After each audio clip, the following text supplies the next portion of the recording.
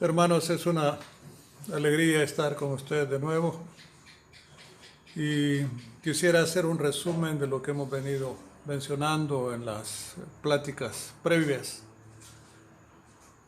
Inicialmente hablábamos de la cruz y decíamos que el Señor Jesucristo hacía un llamado al discípulo a tomar su cruz y seguirle. En otra de las charlas veíamos que declarar que Jesús es el Mesías te hace creyente, pero para ser discípulo tienes que tomar la cruz y seguirlo. Es un perder para ganar. Hacíamos también una analogía entre el crecimiento y desarrollo físico con el crecimiento y desarrollo espiritual en estatura, sabiduría y gracia.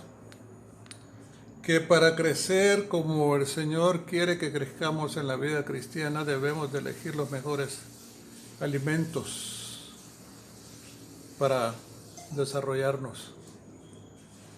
Dios tiene un plan para que tú y yo seamos templo, seamos edificio, seamos sacerdocio, seamos nación santa, pueblo adquirido por Dios, personas maduras, instruidos en la palabra, a fin de llegar a tener la estatura del varón perfecto, hasta que todos seamos llenos de la plenitud de Dios.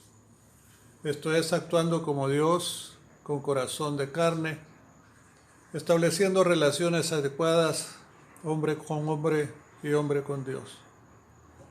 El nuevo nacimiento, como veíamos en la plática pasada, no es un simple yo levanté la mano, sino que es una cirugía espiritual en donde el Señor nos implanta un corazón de carne y nos da un espíritu nuevo con el fin de relacionarnos en forma adecuada con el hombre y con Dios. Eso es el camino que tenemos que recorrer desde el nuevo nacimiento hasta la plenitud de Cristo. En esta noche quisiera que viéramos Romanos 6, 12 al 14, siempre en lo que es la temática de crecimiento y de desarrollo cristiano. La palabra dice, Romanos 6, 12, no reine pues el pecado en vuestro cuerpo mortal, de modo que lo obedezcáis en sus concupiscencias, ni tampoco presentéis vuestros miembros al pecado como instrumentos de iniquidad, sino presentaos vosotros mismos a Dios como vivos de entre los muertos, y vuestros miembros a Dios como instrumentos de justicia. Porque el pecado no se enseñoreará de vosotros, pues no estáis bajo la ley, sino bajo la gracia. Haciendo un resumen de esto, de Romanos 6, 12 al 14, lo que se dice es que como creyentes, como nacidos de nuevo, no debemos de permitir que el pecado reine en nuestro cuerpo.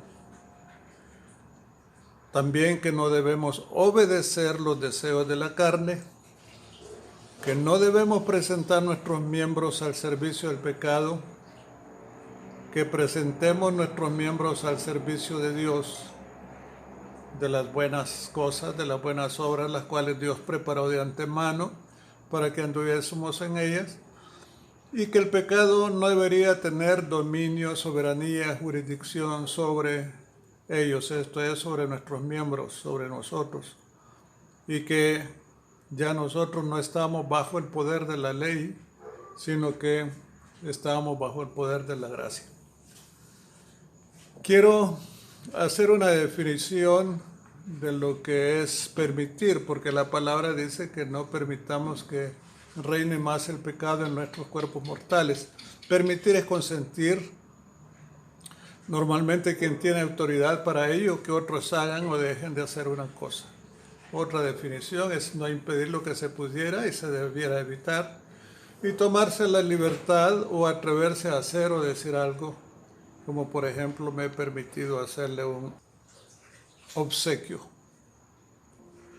Ahora, no permitir al pecado reinar en su cuerpo mortal es impedir Eso es, debemos impedir que el pecado reine en mi cuerpo.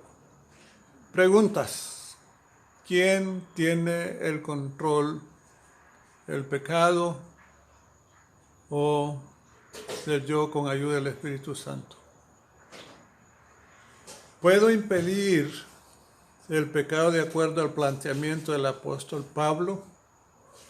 ¿Qué es lo que debo de hacer?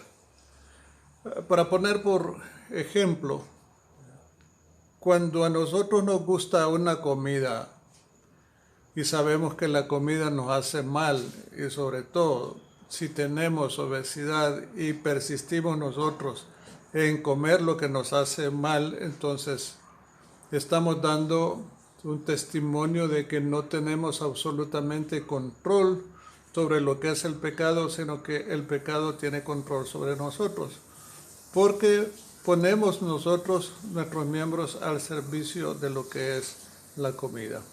Lo mismo puede ser con las mentiras, con la envidia, hablar mal de la gente.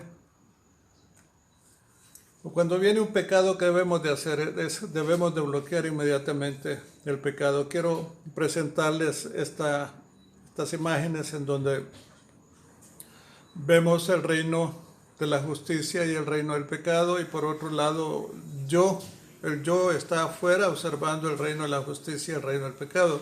Aunque esto no es la regla es que nosotros o estamos en el reino del pecado o estamos en el reino de la justicia. Decía el apóstol Pablo en 1 Tesalonicenses 5:23 que el Dios de la paz os conceda vivir totalmente consagrados a Él, de modo que todo vuestro ser, espíritu, alma y cuerpo permanezca sin tacha para el día que se manifieste nuestro Señor Jesucristo. No debe de haber absolutamente nada, ninguna mancha, ningún reclamo de lo que nosotros hacemos cuando el Señor Jesucristo se manifieste. Y eso es una operación que Dios también produce, porque es que el Dios de la paz nos conceda vivir totalmente consagrados a Él. Creo que esto debe ser parte de nuestra oración, pedirle al Dios, concédenos vivir totalmente consagrados a ti, de modo que todo mi espíritu, alma y cuerpo esté sin mancha para el día en que tú te manifiestes en la persona de nuestro Señor Jesucristo. Ahora, dice que todo vuestro ser, neuma, psique y soma. Neuma, el espíritu, el psique el alma, y el soma, el cuerpo.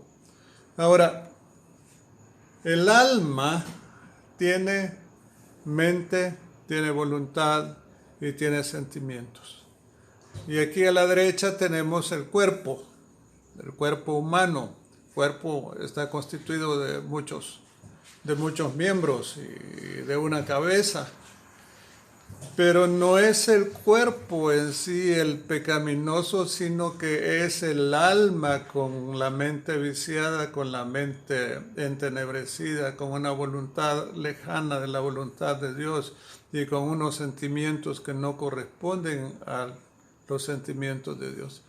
El cuerpo nada más es el instrumento a través del cual se manifiestan los deseos del alma. Ahora dice que vuestros miembros se pongan a la disposición de los deseos pecaminosos del cuerpo. Esto es lo que pasa normalmente en una persona no regenerada, en una persona que no conoce al Señor Jesucristo. Y no nos engañemos, también es algo que pasa en nuestras vidas, ya que nosotros ponemos a la disposición de los deseos pecaminosos nuestros miembros. Los deseos pecaminosos, como el apóstol Juan decía en 1 Juan, son los deseos de los ojos, los deseos de la carne, la vanagloria de la vida, amigos del sistema de valores del mundo, nosotros nos constituimos como enemigos de Dios. Nosotros, antes de ser justificados, estábamos sometidos a los gobernadores, a los principados, a las potestades del aire, haciendo lo que se nos venía a la mano y haciéndolo de muy buena gana. Éramos libres, escogíamos pecar consciente o inconscientemente, o éramos libres de estar sujetos a la carne, pero éramos esclavos de la carne. Éramos esclavos del pecado, realmente permitíamos voluntariamente al pecado reinar en nosotros. Ahora, los miembros son la expresión externa del alma. Los órganos de los sentidos, los ojos, el olfato, el gusto, los oídos, el tacto, la piel, todo esto tiene dos caminos realmente, o servimos a la justicia o servimos a la injusticia. Somos una super computadora.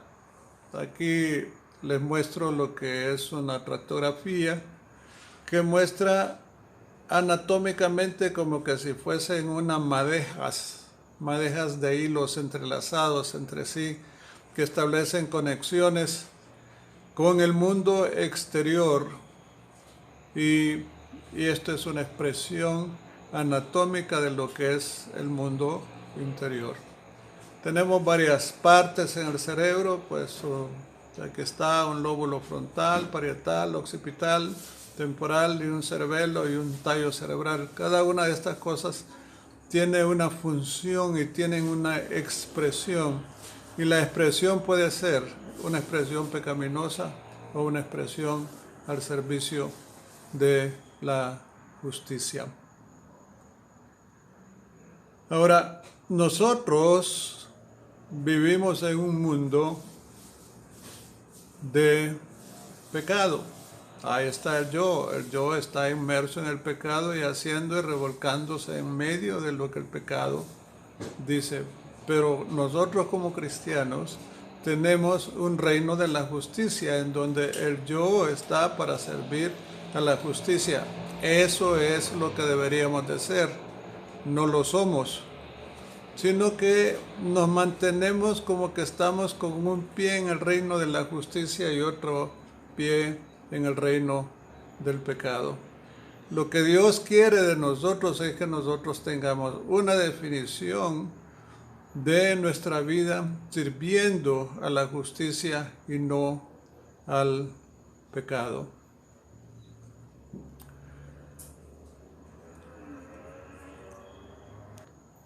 En nuestro camino a la perfección nos encontramos en esta disyuntiva. Realmente es: o servimos a la justicia de Dios o servimos al pecado. Dice el apóstol Pablo: ¿continuaremos en pecado para que la gracia abunde? No, dice.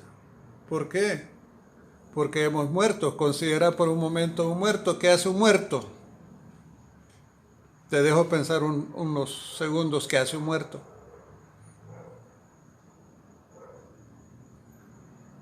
La respuesta es obvia. Un muerto no hace nada.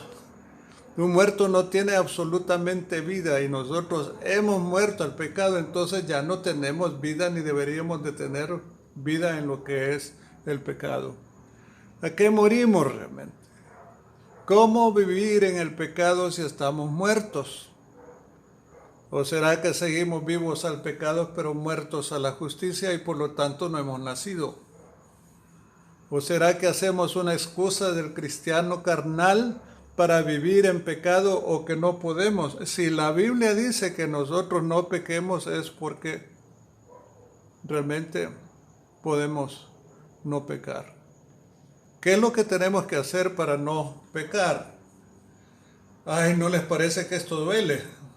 Duele porque tenemos que matar el ego y el ego se niega a morir entre nosotros, pero lo que la Biblia nos dice es que nosotros debemos de matar el ego. Ya no debe de reinar en nosotros el pecado. También dice, ni presenten sus miembros al pecado como instrumentos de injusticia. Decisiones que tenemos como creyentes. ¿Qué queremos de nuestra vida como creyentes? ¿Queremos madurar? ¿Queremos ser a la estatura de Cristo? ¿O queremos seguir en el mundo de pecado? Yo sé que esto es sumamente duro, es difícil, pero si nosotros en algún momento quisiéramos llamarnos discípulos de Cristo, tenemos que estar aplicando la cruz. Cada acción nuestra debe de estar supeditada a la cruz para que lleguemos a ser maduros como el Señor Jesucristo. Que nos presentemos nosotros a Dios como vivos de entre los muertos. Ya no estamos vivos al pecado, sino que estamos muertos al pecado y vivos para Dios. Entonces, como gente que ha muerto y que ha resucitado a una vida diferente, deberíamos de dar expresiones de obras de las que Dios ha preparado de antemano para nosotros. El apóstol nos insiste en que presentemos nuestros miembros a Dios. En la imagen que ustedes ven, ¿por dónde creen que se va a romper la cadena? Es obvio, ¿verdad? Pues continuaremos la próxima vez con esta charla de lo que es estar muertos al pecado y vivos a la justicia de Dios. Espero que el Señor nos ayude en nuestro diario vivir a presentar nuestros miembros como instrumentos de justicia y no como instrumentos de injusticia. Padre, te damos gracias porque tu palabra es clara y nos conminas y nos animas a que nosotros, considerándonos muertos al pecado, expresemos una vida nueva, una vida nueva que se manifiesta a través del corazón que tú implantaste en nosotros, un corazón de carne. Sigue ablandando ese corazón de carne. Señor, que ese espíritu siga guiándonos en nuestras decisiones interpersonales y en nuestra relación contigo, de tal manera que lo que no te agrade a ti podamos irlo crucificando día a día, a fin de que podamos parecernos cada vez más a tu Hijo, a nuestro Señor Jesucristo. Señor, oramos por las necesidades que hay en la iglesia, necesidades de salud, necesidad de trabajo, necesidad de ropa, necesidad de un empleo, Señor. Pedimos que tú seas propicio a cada uno de nosotros y nos proveas de acuerdo a nuestras necesidades. Gracias por tu amor en Cristo Jesús.